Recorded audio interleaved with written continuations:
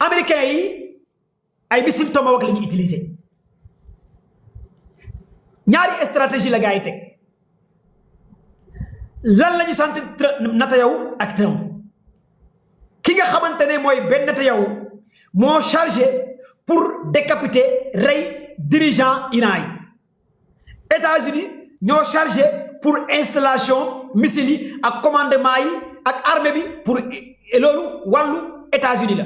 ñaar ñii lii moo am ci cas bi Mamiranda merci pour les cadeaux les cœurs les fleurs Ado merci pour les cadeaux gars yi jox leen cadeaux yi cœurs yi fleurs yi lii mooy xibaar yi ngeen war a am Ndiaga merci li ngeen war a comprendre d'abord Chefal merci MB merci pour les cadeaux les fleurs les cœurs partagez leen live s'il vous plaît gars yi tapatez leen live bi waaye tapatez leen ngeen partagez live bi na gaaw s'il vous plaît léegi nag opération bii nii mooy opération bi nga xamante ne ñoom Israël ak lii di États-Unis dañ ko paraphasé Israël tey moom la ñu waxoon président bi nga la ñu bëgg nga rey premier ministre des affaires étrangères nga war a rey Gid Ali Khamenei nga war a rey commandant bi nga war a rey lii moo nekkoon agenda bi ñu jox Ben Netanyahu moo tax Ben Netanyahu utiliser plus de 200 avions pour bombarder à distance mais les avions F-35 furtifs Fi-18 ne parviennent pas à pénétrer l'espace aérien iranien mooy premier élément d'échec bi ñaareel bi cible yi ñu ko joxoon pour mu rey gars yi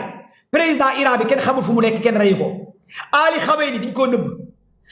information bi gars yi génnee ne am nañ corps bi am nañ corps Ali Khamenei gid bi xanaa dëgg-dëgg booy guerre ci nga xamante ne moom nga gën a soxla boo ko reyee da ngay wane néew bi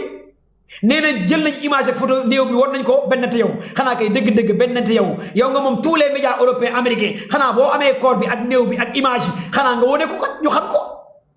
attends bu ñu reyee Oussama Ben Laden dañ ko wane non bu ñu reyee général Soleimani dañ ko wane non bu ñu reyee Hassan Nasrallah dañ ko wane non américains yi bu ñu reyee Hassan Nasrallah dañoo wane image yi Ben Laden dañoo wane image yi est-ce que vous êtes là avec moi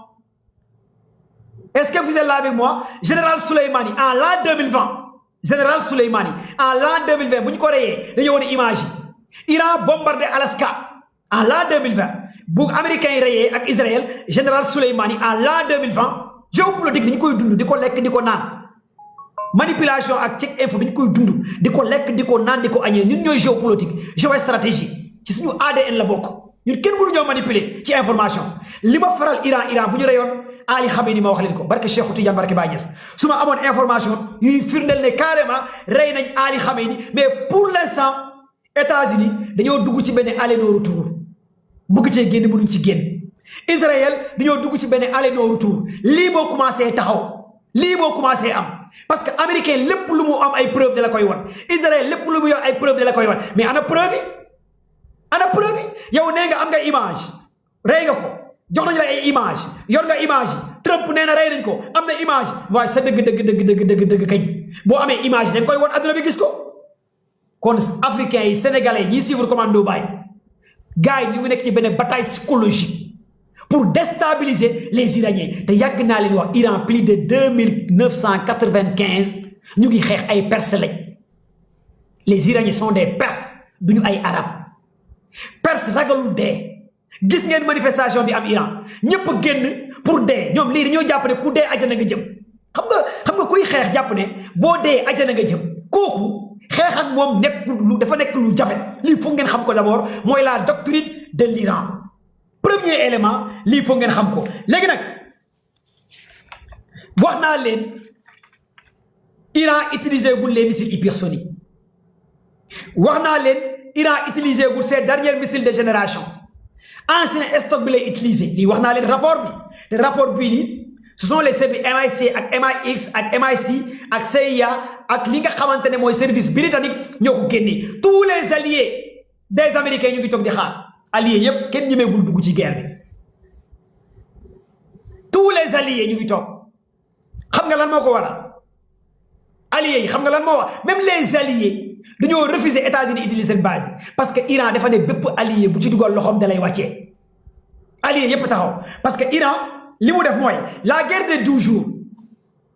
dama leen di woon un peu après ngeen def ay gars yi fekkee la guerre de 12 jours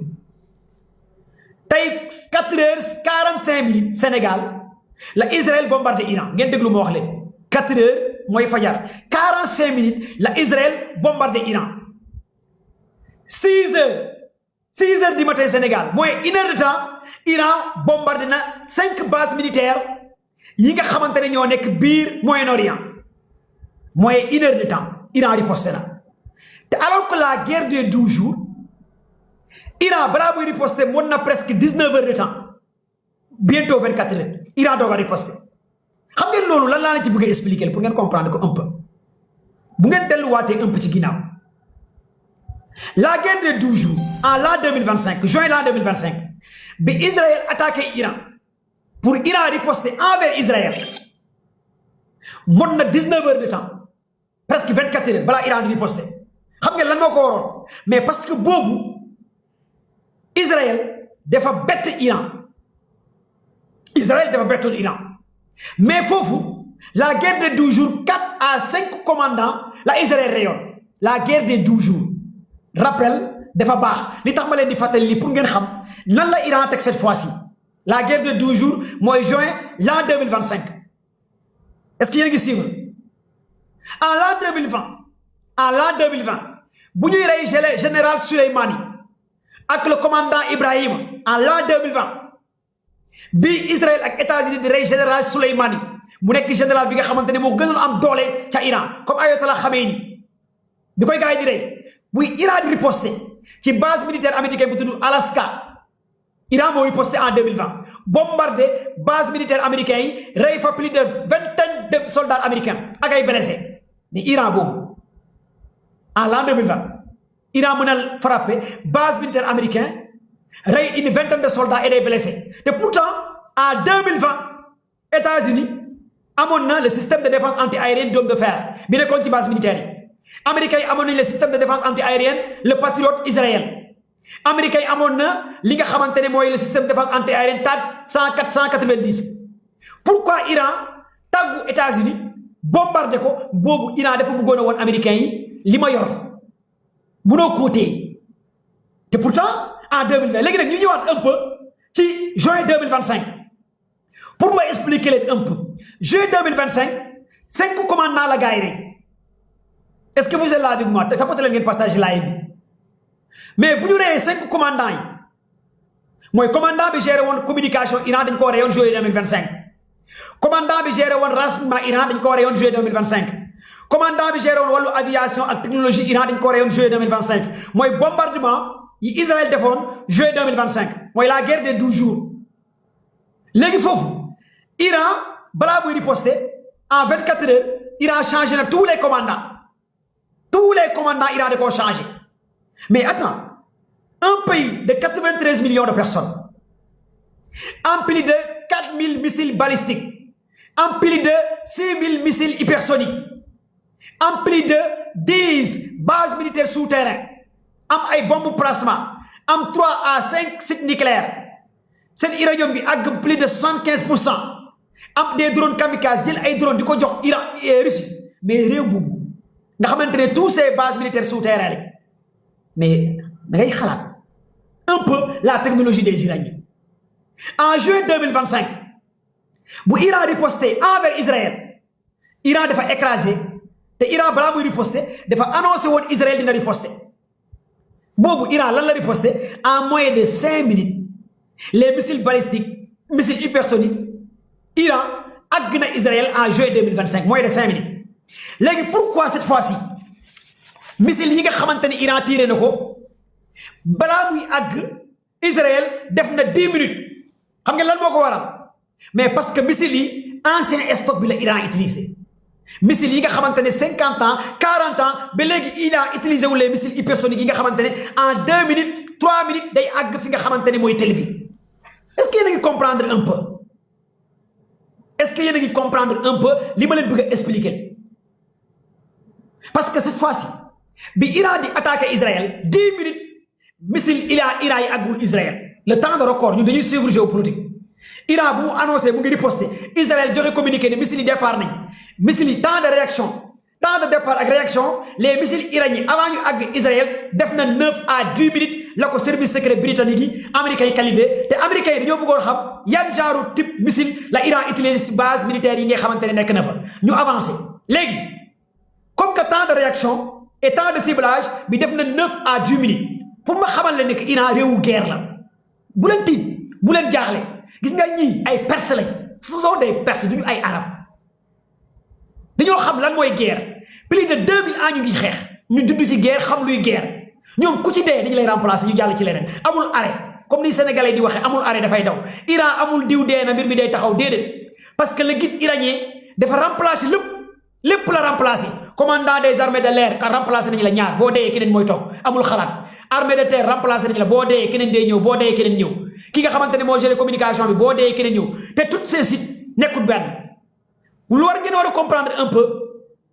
ces bases souterrains ces communications iraniennes par exemple Iran day am benn système de communication boo xamante ne 5 personnes ñoo koy gérer du nekk benn site bu ñu la waxee centrale communication Iran 7 lay doon bii bu ñu éliminer bale day continuer bii bu ñu ko éliminer bale day continuer fréquence Iran bi 25 la 25 types de fréquence gars yi mën nañu ci communiquer fréquence bi bu ñu ko shutdowné gars yi dañuy continuer ci beneen fréquence tous ces commandants nii lay affaire bi di fonctionner pour ngeen xam ne que c'est pas que dañoo rey alpha Modou Ndiaye bêta de fonctionner boo rey alpha bêta day ñëw boo rey bêta gamma day ñëw boo rey gamma delta day ñëw lii mooy am ku nekk da nga am benn chevelure de communication professée bi nga xamante ne les Iraniens dañu ko préparé plus de 100 ans parce que Iran détient plus de 500 ingénieurs 500 ingénieurs ñun géopolitique dañ koy def caaxaan bi géopolitique dañu koy lekk di ko naan di ko noyee les nerfs de la guerre c'est de l'information les nerfs de la guerre c'est des données qui détient l'information gagne la guerre les Iraniens ñoo ëpp ay ingénieurs yu gën a taxaw ci àdduna bi lii yëpp dañ ko préparé woon parce que yàgg nañ xam guerre bi dina am xam nga guerre boo xamante ne yaa ngi koy préparé ay ati at nga xam ne lii day am moo tax Iran nan la tuddee guerre bi nan la Iran tuddee guerre bi la déluge la plongée dans la tempête la plongée dans la tempête mooy lan mooy plongée dans la tempête les professeurs Iran noonu la tuddee affaire yi la plongée dans la tempête mooy lan ci wolof en bon français opération bi Iran da ko tuddee la déluge lan mooy la déluge ci wolof lan mooy la plongée dans la tempête ak lan mooy tempête est-ce que yéen a ngi comprendre li ma leen di wax gars yi partagez leen live s'il vous plaît partagez leen ma live bi s'il vous plaît gars yi na gaaw pare wu ma de joxaguma leen information dama leen expliquer un peu pour ngeen xam fan la gars yi toll lii yëpp ay information de taille la est-ce que dañ comprendre aussi parce que sa allié balaa ngay utiliser sa doole allié foog yow nga télé d'abord te Iran téléegul léegi yéen ñiy laaj ndax allié Chine ak Russie jox nañu Iran chérité bu duun Chine ak Russie jox nañu Iran ay pilote seen avion yi Chine ak Russie jox nañu Iran ay technologie Chine ak Russie jox nañu Iran ay brouilleur ak ay GPS Chine ak Russie jox nañu Iran des systèmes de défense anti-aérienne yu gën a sophistiqué mais parce que fii nii Iran dafa bëgg a def démonstration de force même bu guerre bi jeexee ses alliés duñ ko yàpp parce que guerre bi day jeex Chine du yàpp Iran guerre bi day jeex mais Russie du yàpp Iran lii moo tax pour l'instant Iran teg fële li nga xamante ne Chine jox na ko Russie jox na ko commencer utiliser sa propre technologie d'abord parce que on est en guerre waxoon naa leen l'heure est grave waxoon naa leen l'heure est grave kon lii ngeen war a comprendre en primo lii ngeen war a comprendre étape par étape lii ngeen war a comprendre li nga xamante ne moom moo taxaw mais aussi lii ngeen war a comprendre li am ak li am pour l'instant ngeen war a xam ne que Iran pour l'instant lii di Israël di def ak États-Unis mooy ay complexe ñu ngi koy bombardé am na benn école bu Israël bombardé ak États-Unis rey nañ fa 50 jeunes filles à quarantaine ak ay blessés mais jàpp leen ne commandement yi nga xamante ne ñoom ñoo ko géré ñaar ba ñett la gaa yi éliminé am na mais pour l'instant manipulation bi moo fi nekk ak psychologie moo fi nekk waaye li ngeen war a mën a jàpp jamono jii may wax ak yéen tel bi mu ngi tàkk mooy Israël moom jamono jii may wax ak yéen on a reçu des informations que ne gars yi laal nañu Weshman gars yi laal nañ port Rafah bi Israël gars yi laal nañ siège Mossad bi encore gars yi laal nañ ko gars yi laal nañ côté ministre de l'intérieur fi nga xamante ne foofu la mooy résidence kii di Ben Netanyahu Iran wàccee na ko lan moo xew biir Israël nee nañ bu ñu génnee benn communiqué mooy information bi ma leen di jox mooy résidence Ben Netanyahu bi gars yi bombardé nañ ko Ben Netanyahu résidence am bi nekk biir Israël gars yi bombardé nañ ko seconde insti Adler gars yi laal nañ ko biir Israël dépôt pétrolier bi nga xamante ne moo nekk Tel Aviv gars yi laal nañ ko pooru Haïfa bi gars yi laal nañ ko biir capitalu Israël gars yi laal nañ ko kon les Iraniens atteindre nañ seen cible plus de 90 missiles la gars yi fëgg biir Israël Iran nee na par rapport à ces missiles 60 yëpp atteindre nañ seen cible 90 missiles service de communication Iran nee na 60 yëpp écrasé nañ Israël kon lii moo leen di woon gars yi tapoté leen ngeen partage live bi ñu ngi signalé waat live bi dinaa leen jël am na ñu ma bëgg a jël léegi nii ñoo xamante ne maa leen invité spécialement ku mel ni Balaké ku mel ni Bill ku mel ni Koli Tengala après ngeen may ma tuuti rek am na ñoo xamante ne dama leen di jël parce que man ak ñoom depuis 2019 2020 2021 te xam nañ ko yu bëri bu nekkee yéen a ngi ci live bi Bill Balaké Koli Tengala ngeen def ma si ci commentaire yi ma gis leen parce que am na plus de 100 demandes yi dañoo bëri trop sax waaw mais gars yi def demande yi moom ngeen may ma tuuti rek lii nii damaa bëgg a jël ñi nga xamante ne ci lii la ñu dund dañ ko maîtriser xam ko ñoom laa bëgg a jël may leen ma tuuti rek gars yi may leen ma tuuti rek gars yi may leen ma tuuti rek gars yi ah Bill Balaké Koli Tengala bu nekkee yéen a ngi ci live bi rek ngeen def ko seen commentaire ma gis leen après ma dugal leen waaw ngeen may ma tuuti rek am na ñoo xamante ne pour l'instant mënu ma leen jël quoi waaw may leen ma rek parce que aussi affaire bi dafa sérieux quoi cas bi dafa sérieux te bëgg naa jël ñoo xamante ne maîtriser nañ affaire yi mais pas ñi nga xamante ne aussi xam nga dañuy ñëw foofu naan la non commando bàyyi man yow rek laay topp nangam sangam man xam naa ne man ngeen di topp man Sonko laay topp loolu xam naa ko mais cas bi du cas man ak Sonko ak Diomaye ak Macky Sall man xam naa ne man ngeen di topp te man ak sama mouvement fédérateur des patriotes du Sénégal et de la diaspora Ousmane Sonko laay topp mais cas bi nag Ali Khamenei la ñuy topp guide iranien bi cas bi ñun Iran la ñuy topp cas bi moom du cas boobu waaw léegi fii nag balaa sama gars yi ñëw nee naa leen Israël tëj na espace aérien am les commandants de bord exigent que gars yi nekk ci tunnel yi alerte sirène carrément Haïfa Tel Aviv Cizan Belhi li mooy quartier yi nekk ci biir Tel Aviv gars yi bombardé nañ leen 5 quartiers résidentiels comme nga ne Almadi quartier résidentiel bi nga xamante ne moo nekk comme nga ne Almadi gars yi wàccee nañ quartier boobu comme nga ne Dakar Almadi fu boosi nekk fu noble nekk immeuble yooyu Iran wàccee na ko biir fi nga xamante ne mooy Israël maanaam fu patron yi nekk fu noble yi nekk sioniste yi fu ñu nekk patron yi fu ñu nekk gars yi wàccee nañu leen Iran dafa xam lan mooy guerre Iran dafa maîtriser lan mooy guerre pour ñi nga xamante ne aussi ñoom ñooy suivre affaire yi waaye nee naa leen porte avion Abraham Lincoln déplacé nañ ko lii foog ngeen xam ko d'abord porte avion Abraham Lincoln déplacé nañ ko Gérard Ford moom la gars yi guidé Gérard Ford nag moom la gars yi sécurisé jamono ji may wax ak yéen mooy Gérard Ford mooy porte avion américain bu tudd Gérard Ford moom moo fa nekk en vue moo fa nekk porte avion boo xamante ne instant yi moom la gars yi ciblé pour wàccee ko mais pour l'instant gars yi wàcceeguñ benn porte avion tapotez partagez le live s'il vous plaît na gaaw lii faut ngeen comprendre ko en primo pour l'instant gars yi wàcceeguñ ñaari porte avion yi amagu ci benn porte avion bu gars yi wàccee loolu faut ngeen xam ko live da direct amagul porte avion boo xamante ne gars yi wàccee nañ ko lii foog ngeen xam ko comme xibaar comme information waaw c'est très important damay jël sama benn boy bu tudd Elias sama doom la xaaral ma jël ko ma déglu ko tuuti moom xale bu ndaw la sama jarbaat Elias dafal demande ma jël ko tuuti moom mooy commando baay bu ndaw xaaral ma jël ko moom moo ma gën a taxee ngeen bàyyi ko xel sama jarbaat bi balaa biir ko li nga la bala di ñëw ma jël sama jarbaat bi kooku xam naa moom ragal naa sax ngeen kii ko ngeen bu ne gis naa mu def demande gis naa mu def ba léegi mu may woo naan ma doon live wala nekku fi gars yi partagé leen live bi ñooñu am na xibaar yi ñu ma bëgg a jox tapatee partagé leen live noo guide iranien bi tapoter et partager le live àgg nañ 2 millions de tapotage 2 millions personnes ñoo tapoter live bi j'aime na gaaw joxe leen cadeau yi kër yi fleurs yi merci pour les cadeaux Bara Gaye merci. Deuxième information yi xaaral ma jël gars yi ma jël leen parce que xam nga ma jox leen information yi ñu koy suivre ndoo vite fait xaaral ma jox leen information yi balaa gars yi ñëw ma partage leen info yi vite fait bien fait ñu dundandoo ko ak yéen ma leen ma jox leen info yi ngeen am ko live nda ngeen am ko live nda les informations à la dernière minute yi nga xamante ne moo daanu je vous donne les infos dernière minute.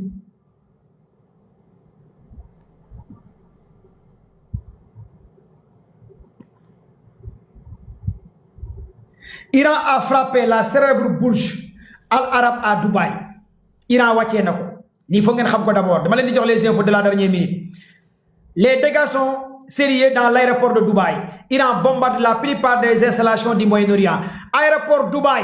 Iran wàccee na ko 5 immeubles yu nekk Dubaï yoo xamante ne ay américains ñoo fa nekkoon et les diplomates américains gars yi bombardé nañu ces immeubles kon jàppale ne que y aura tellement ay autorités américains yoo xamante ne gars yi rey nañ leen ca Dubaï. lii mooy xibaar yi leen di jox live daa ngeen dund ko des drones kamikazes iraniens ont attaqué l'aéroport Arabie Saoudite gars yi laal nañ ko ak fi nga xamante ne aussi mooy Dubaï les images sont là live daa voyez les images gis ngeen yii yëpp gars yi ñu ko wàccee yii yëpp waaw Arabie Saoudite ak Dubaï yëpp gars yaa ngi koy wàccee fi autorités yi nekk bii aussi Iran wàccee na ko. lii mooy dans les Émirats arabes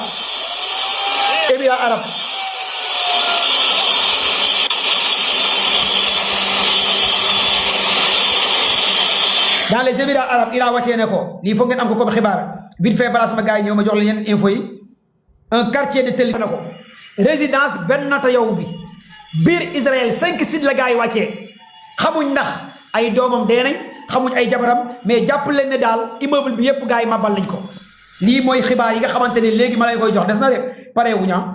wuña ok missile yaa ngi nii di départ Iran vient de lancer une autre frappe de missile regardez les images missile yaa ngi nii di dem. Regime preservation. Could you get a more pragmatic figure? xam naa portable bi moo tax mënu leen kii xaaral kii ñëw jox leen image yi live nda aussi nekk ci Yémen wàccee nañ aussi ñaari navire de guerre américain ñaari navire de guerre mooy waa Yémen aussi nekk ci Yémen dugg nañ ci live dugg nañ aussi ci guerre bi front intérieur Israël activation des sirènes d'alerte à Eliat gars yi wàccee nañ ko aussi boobu aussi benn quartier la bi nekk biir Israël moom aussi gars yi wàccee nañ ko mooy dernier xibaar yi nga xamante ne aussi jox naa leen ko comme information. Les Émirats arabes disent avoir été visés par 137 missiles et 209 drones ministre de la défense Émirats arabes. nee na Iran 137 missiles la visé 209 drones waa Émirats arabes ñooy wax waa Émirats arabes man lii moom vraiment c'est du jamais vu lii moom vraiment un missile iranien a touché une base américaine à Jordanie base américaine bi nekk Jordanie base américaine bu nekk Jordanie aussi gars yi wàccee nañ ko mooy dernière information yi ma leen di jox pare wu information de taille live en direct des missiles balistiques premier entre en action dans quelques heures mooy information les missiles balistiques entrent en action les missiles balistiques iraniens dans quelques heures dinañ dugg fi nga xamante ne mooy action lii aussi mooy information bi ma leen di jox live nda le site de Tel Aviv après les frappes israéliennes regardez les images Tel Aviv lii Israël la Israël mu ngi tàkk capitale Israël lii yëpp Israël la lii yëpp ngeen di gis Israël la mu ngi tàkk information yi Telegram nga ko mën a amee wala Al Jazeera Iran wàccee na Israël résidence Ben Netanyahu bi gars yi éliminé nañu ko lii mooy centre de recherche ñu continuer information yi jeexagul une force Dubaï ñetti immeuble yu nekk Dubaï ay immeuble américain gars yi wàccee nañu leen aéroport Dubaï bi gars yi laal nañ ko base militaire bu nekk Dubaï gars yi laal nañ ko au-delà de ces 5 bases militaires pour ngeen comprendre que ne dernière information bi un bombardement intensif la mort de Jebel Al-Ali aux Émirats arabes destruction signalée dans le port bi nga xamante ne moo nekk dans les Émirats arabes mu ngi tudd Jebel Ali Jabal Ali port bi nekk Émirats arabes Iran bombardé na port bi port baa ngi tàkk moo nekk nii Al Jazeera moo ko wane live da port bi nii ngeen di gis mu ngi nekk dans les Émirats arabes gars yi tapoté leen on signale live jàpp leen ci combat bi ngeen partage ñu ngi signale live ñu ngi signale live partagez leen ñu ngi signale live les missiles hypersoniques entrent en action. Les missiles hypersoniques entrent en action. Les missiles hypersoniques entrent en action. Mais pour l'instant, ces missiles hypersoniques defaguñ li nga xamantene moy réaction. Ñu ngi xaar ces missiles hypersoniques iraniens. Ndax dinañ def réaction. Tapotez et partagez le live la famille. 11 000 personnes ñoo nek ci direct bi. Partagez le bu gaaw. 11 000 personnes. Dama leen di jox xibaar yi je vous donne des informations à la dernière minute pour ngeen xam fan la gars yi tollu c'est hyper important pour ngeen am information bi ngeen dund fi nga xaman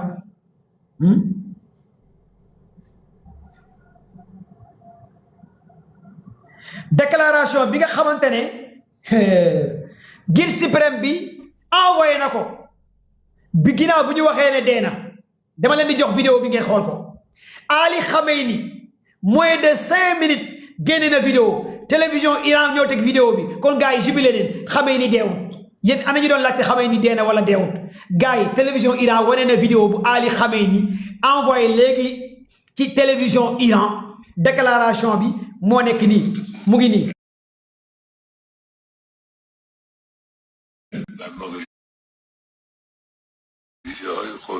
mu ngi nii mu ngi nii direct mu ngi nii di wax. ñi doon wax deena Ali Khamenei mu ngi nii di wax mooy de 2-3 minutes lañu am information yi gars yi partagé leen live bi Khamenei deewut gars yi dañu doon fen voyez les informations mooy de 2-3 minutes la télévision Iran génnee Khamenei mu ne maa ngi ci sa jaam gars yi naan dee naa deewuma xanaa ñoom ñoo jaaxle loolu lay wax ma wax leen lan la wax déclaration du guide de la révolution iranienne diffusée sur la télévision iranienne. Je m'adresse à la nation suite aux frappes américo-israéliennes. Je suis en bonne santé, grâce à Dieu. Oh, gars, partagez les mots, gars. Je suis en bonne santé.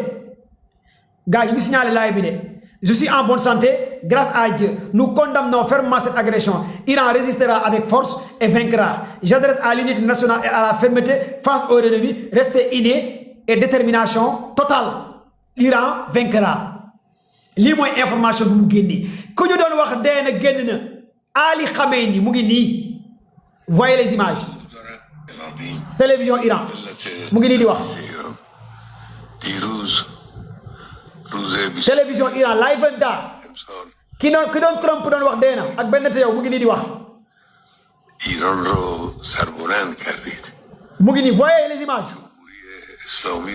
partagez le bu gaaw ki ñu doon wax dee na xam nga motax ma leen def leen dank rek bataille psychologique bi dafa bëri def leen dank rek gaay xamuñ fan la nek gaay partager leen ngeen tapoter live bi Ali Khamenei le guide suprême iranien live da mu ngi wax mu ne mu ngi ci jamm ak salam dara jotu ko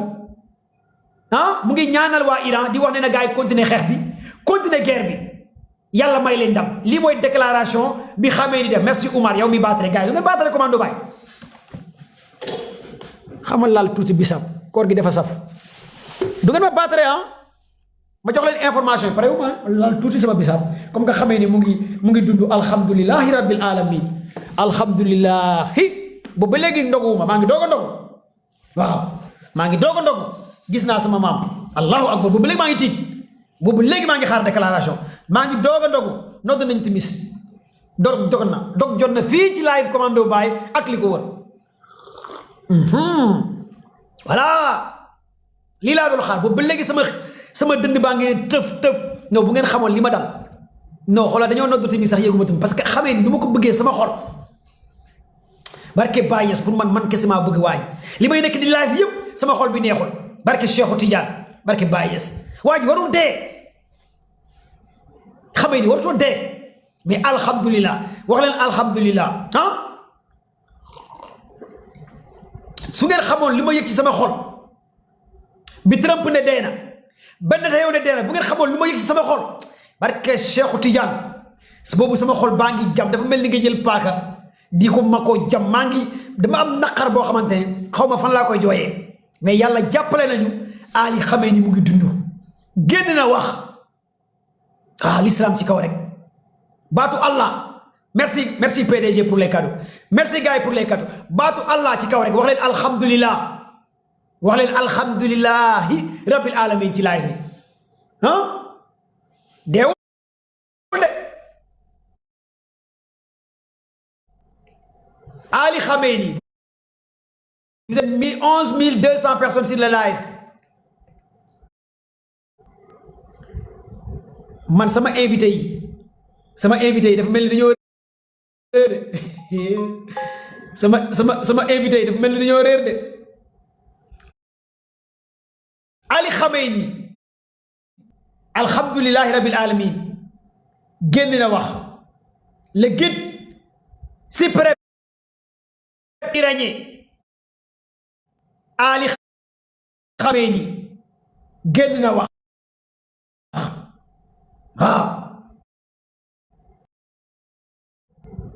da ngeen may ma continuer information yi ma dog da ngeen may ma continuer information yi da ngeen may ma continuer information yi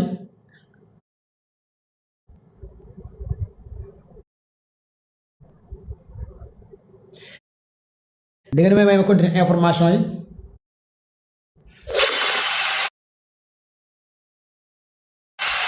na gaaw s'il te plaît na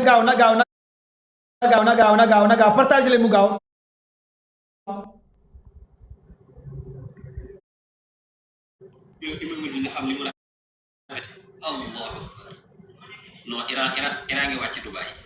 xool leen immeuble Dubaï bi Iran wàcc